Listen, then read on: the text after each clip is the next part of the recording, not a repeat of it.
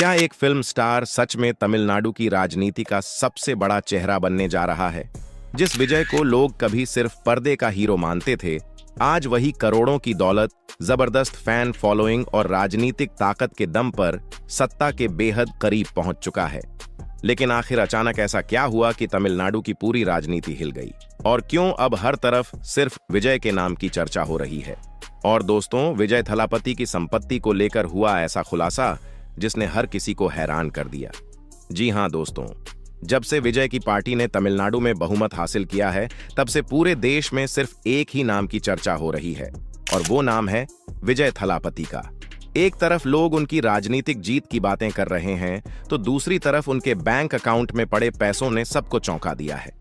Social media से लेकर news चैनलों तक हर जगह बस एक ही सवाल पूछा जा रहा है कि आखिर किसी इंसान के सेविंग अकाउंट में 220 करोड़ रुपए कैसे हो सकते हैं। यही कारण है कि अब विजय को सिर्फ एक सुपरस्टार नहीं, बल्कि एक बड़े पावर सेंटर के रूप में देखा जा रहा है। चुनाव जीतने के बाद जिस तरह उनकी ताकत बढ़ी है, उसने तमिलनाडु की राजनीति का माहौल ही बदल दिया है। दरअसल पूरा मामला तब शुरू हुआ जब चुनाव आयोग में जमा किए गए हलफनामे की जानकारी सामने आई। जैसे ही लोगों ने देखा कि विजय के अलग अलग बैंक अकाउंट्स में करोड़ों रुपए जमा हैं, वैसे ही इंटरनेट पर टहलका मच गया। लोगों को यकीन ही नहीं हुआ कि किसी के नॉर्मल सेविंग अकाउंट में भी इतनी बड़ी रकम हो सकती है। कई लोग तो मजाक में कहने लगे कि इतनी रकम तो बड़ी बड़ी कंपनियों के करंट अकाउंट में भी नहीं रहती। वहीं कुछ लोगों का कहना था कि विजय अब सिर्फ फिल्मों के नहीं, बल्कि पैसों की दुनिया के भी बादशाह बन चुके हैं। लेकिन कहानी सिर्फ यहीं तक सीमित नहीं है, क्योंकि विजय के पास केवल एक बैंक अकाउंट नहीं, बल्कि कई अलग अलग बैंकों में खाते मौजूद हैं। हलफनामे के मुताबिक इंडियन ओवरसीज बैंक की सालिग्राम शाखा में विजय के सेविंग अकाउंट में 213 करोड़ रुपए से ज्यादा जमा बताए गए हैं, और यही आंकड़ा सबसे ज्यादा वायरल हो गया। आम आदमी तो यह सोच भी नहीं सकता कि कोई इतनी बड़ी रकम सेविंग अकाउंट में रख सकता है। सोशल मीडिया पर इसको लेकर तरह तरह के मीम्स बनने लगे। कुछ लोग बोले कि शायद बैंक वालों ने भी पहली बार इतना बड़ा सेविंग बैलेंस देखा होगा। इसके अलावा axis bank, HDFC bank, ICICI bank और SBI में भी विजय के अकाउंट बताए गए हैं। सबसे ज्यादा हैरानी लोगों को तब हुई जब एक अकाउंट में सिर्फ कुछ हजार रुपए का बैलेंस निकला। एक तरफ करोड़ों की रकम और दूसरी तरफ मामूली बैलेंस ने लोगों को सोचने पर मजबूर कर दिया, और फिर सोशल मीडिया पर इसे लेकर अलग अलग चर्चाएं शुरू हो गईं। मामला तब और ज्यादा चर्चा में आया जब लोगों को पता चला कि विजय के पास सिर्फ सेविंग अकाउंट ही नहीं, बल्कि कई बड़े फिक्स्ड डिपॉजिट भी मौजूद हैं। रिपोर्ट्स के अनुसार अलग अलग बैंकों में उनकी करीब 100 करोड़ रुपए से ज्यादा की FD बताई जा रही है।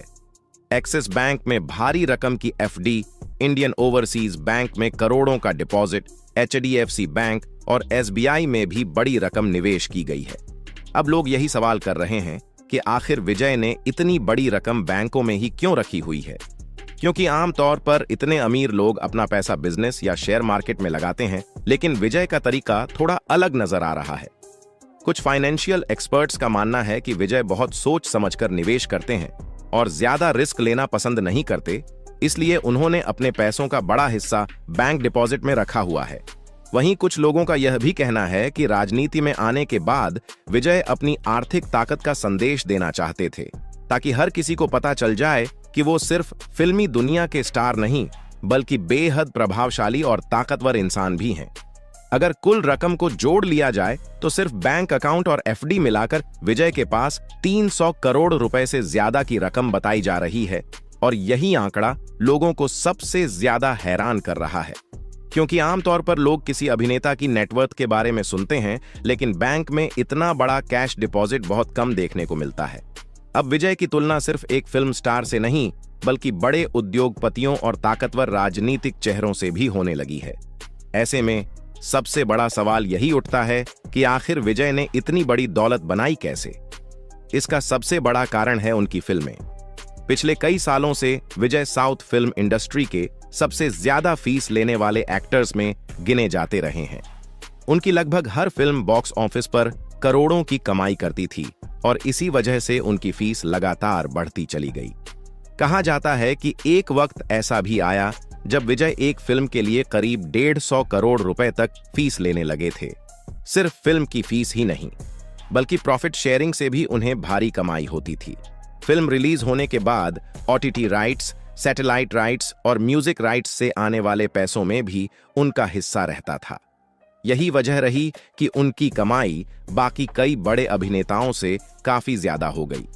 धीरे धीरे फिल्मों के जरिए विजय ने इतनी बड़ी संपत्ति बना ली कि आज उनका नाम देश के सबसे अमीर एक्टर्स में लिया जाता है। फिल्मों के अलावा उन्होंने कई बड़े ब्रांड्स के विज्ञापन भी किए। मोबाइल कंपनियां, कपड़ों के ब्रांड्स, सॉफ्ट ड्रिंक कंपनियां और कई बड़े विज्ञापनों से उन्होंने करोड़ों रुपए कमाए। हालांकि राजनीति में आने के बाद उन्होंने कुछ ब्रांड्स से दूरी जरूर बना ली, लेकिन तब तक वह अरबों की संपत्ति खड़ी कर चुके थे। इसके अलावा विजय ने प्रॉपर्टी में भी काफी निवेश किया है। चेन्नई में उनकी कई महंगी संपत्तियां मौजूद बताई जाती हैं।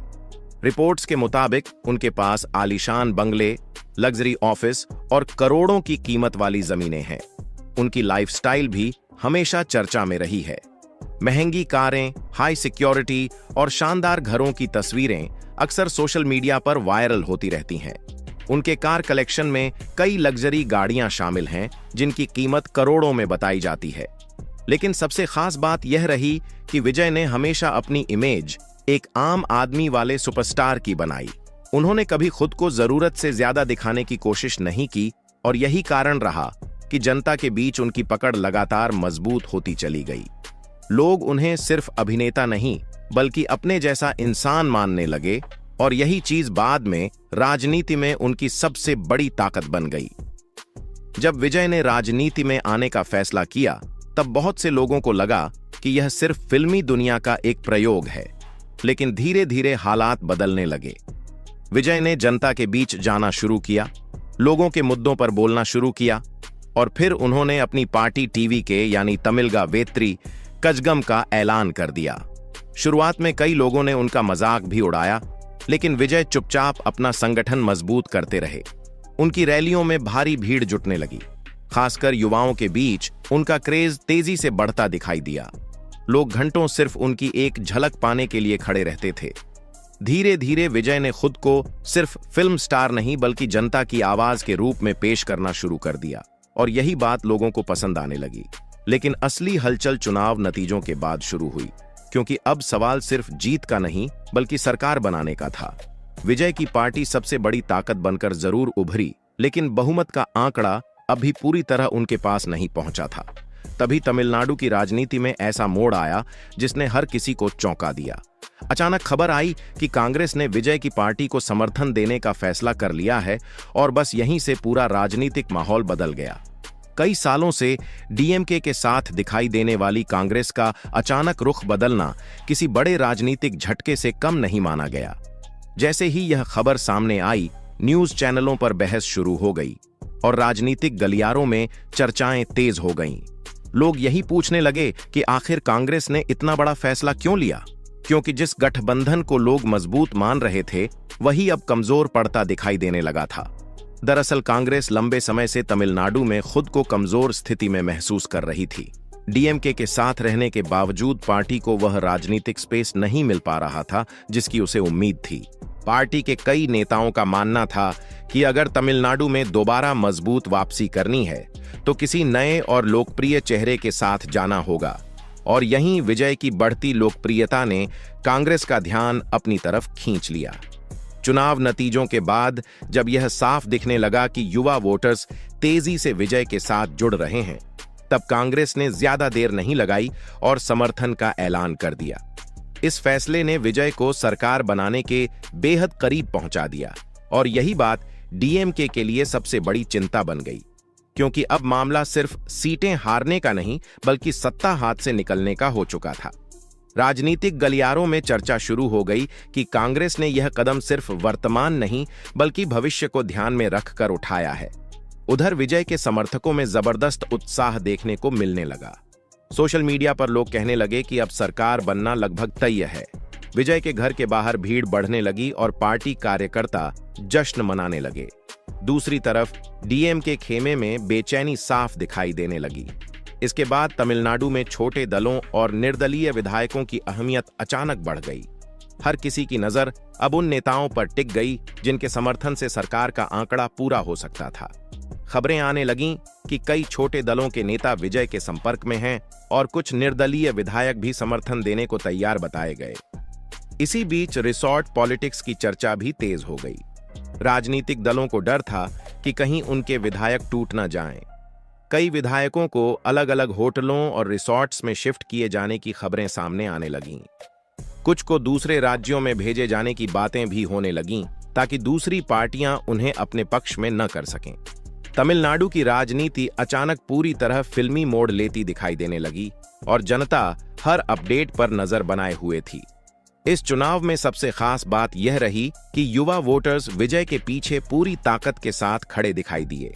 युवाओं को उनमें एक नया चेहरा नजर आ रहा था जो पारंपरिक राजनीति से अलग दिखाई देता था।